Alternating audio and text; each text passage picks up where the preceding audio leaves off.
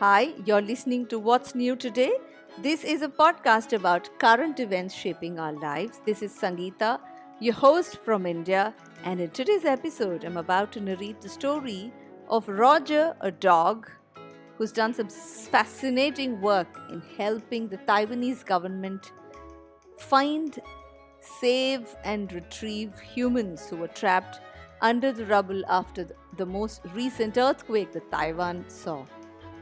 This is an audio only podcast and I love keeping it screen free. And now on to our story. Roger is a Labrador retriever and he was born in a training center for dogs in Taiwan. Now, when Roger was a puppy, he was much loved and adored by the people in the training center. So, when he was a few months old, the humans who took care of him gave him a piece of cheese to smell. Roger took one big sniff at it, and then when he wasn't looking, the humans hid that piece of cheese in a place that was a little hard to find. Not too hard, but just a little hard. Then, Roger wanted to get that piece of cheese, so he kept walking around the room. And he was sniffing at every bit of smell that came his way. There was the chair, there was the sofa, there were the toys, there were the books, there was a big lamp in the room. There was a lot, and he smelled every bit of it. Nothing resembled the smell of the cheese that he had sniffed at earlier, until he came to a certain spot on the floor. Now, underneath that floorboard was that same delightful piece of cheese. Roger desperately wanted it, so he kept pawing and pawing and pawing at the floorboard, and the floorboard was a little loose. And finally, he was able to remove that piece of the floorboard, and he put his paw deep underneath it and dragged out the delicious piece of cheese. Roger was thrilled. Also, he got a pat and a yummy bone for a reward for finding the piece of cheese correctly. So this continued for a few days, and his handlers thought Roger was going to make for an excellent drug-sniffing dog. So here's what a drug-sniffing dog does. Now, in almost every country, there is usually a list of items that are considered very dangerous. So these are harmful drugs. So if people took it, it could really hurt them. So most governments in the world ban these harmful drugs. Now these harmful drugs can still be brought into countries by people who don't really want to follow the government's rules. So they can bring them in very tiny pouches. They can be hidden inside a rolled up sock. It's pretty much impossible to identify these even if you ran a scan on all the baggages and containers that came into a country.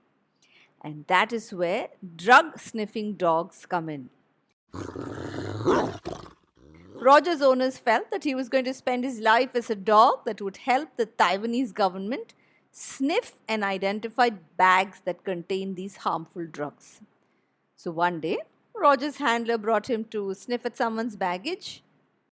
And Roger had been trained to identify certain smells which he knew was something that was not right. So if he got any of those smells, the smells of the harmful drugs, he would bark and immediately his handlers would open that bag to find out what it was. So one day, Roger's handler took him to the airport and he was to sniff at someone's baggage. But what was Roger doing? He was so keen on playing and being friendly with a kid who was standing in the airport line that he forgot what he was supposed to do. This happened once more the next day. Again, Roger's handler had to persuade him slowly. Roger, come here. You know what you're supposed to do. You're supposed to sniff at the baggage, not go around playing with people. But nope. Roger was so friendly and so excessively energetic that he just couldn't be bothered standing and sniffing at people's baggages. It was so boring.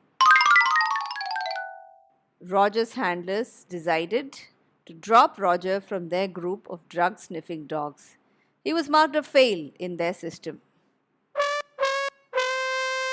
But one of Roger's handlers felt that he would make a great fit for being what's called a search and rescue dog. And his handler could not have been more correct, because last week, when Taiwan was hit by an earthquake that was pretty big, a load of buildings collapsed. Roger was called to help sniff, search, and find people trapped under the rubble. In an area called the Tarako National Park in Taiwan, which was an area that was heavily damaged by the quake, a lot of people had gone hiking in that area, and quite a few buildings and trees had all collapsed. So Roger was one of 4 dogs that was sent out to that national park to sniff, search, and rescue people. He also located certain bodies of people who were trapped and had already died, because these people had died almost instantly after the buildings had collapsed. But nevertheless, he was able to help people retrieve even these bodies.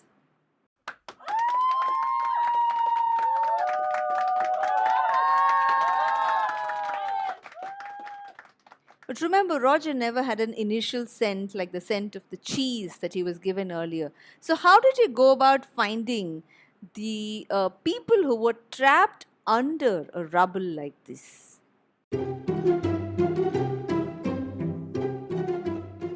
Search and rescue dogs are fascinating. To tell you the answer to that question, I'll narrate a small story. A few months ago, the countries Turkey and Syria, they were hit by a massive earthquake. In fact, they were hit by a series of very big earthquakes.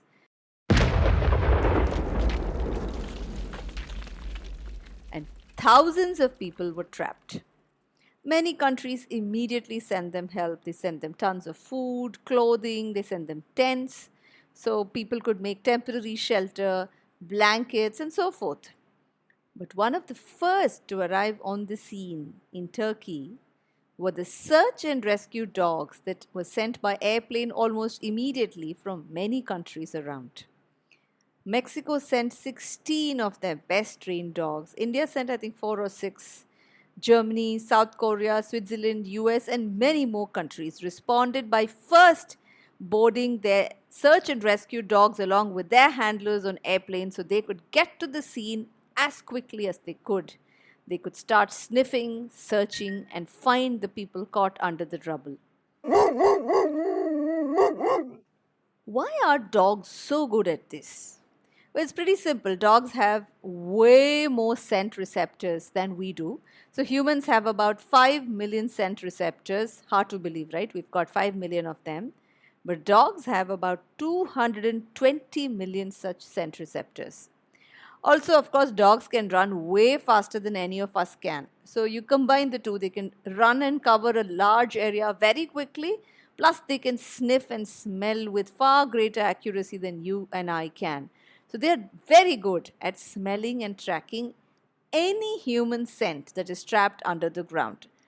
So these search and rescue dogs are trained to sniff human smells, which means all humans shed cells very regularly, right?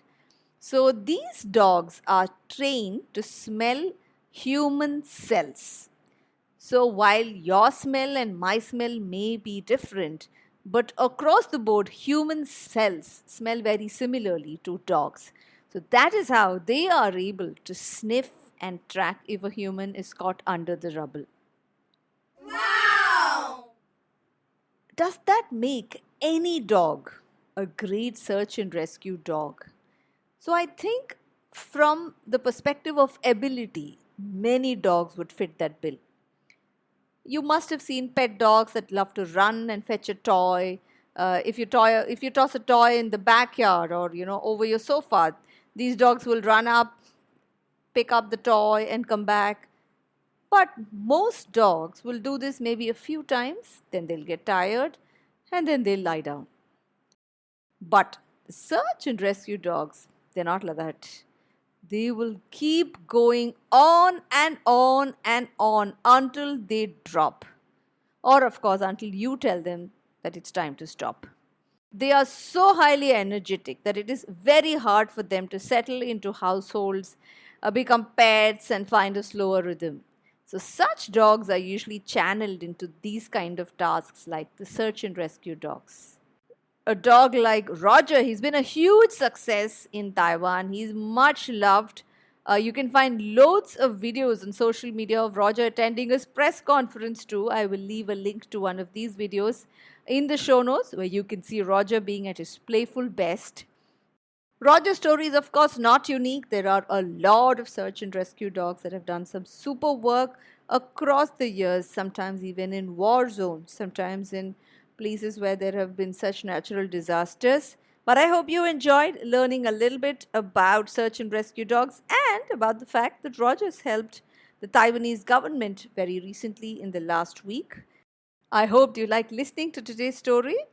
And if you'd like to support the production of What's New Today, you can contribute any sum of money that you deem fit. I'm leaving a link to this called Support Our Show in the show notes below. That's it from me today. In our next episode, you'll get to meet three very young and bright kids who are here to speak about something fascinating about schools and about how people in Finland live.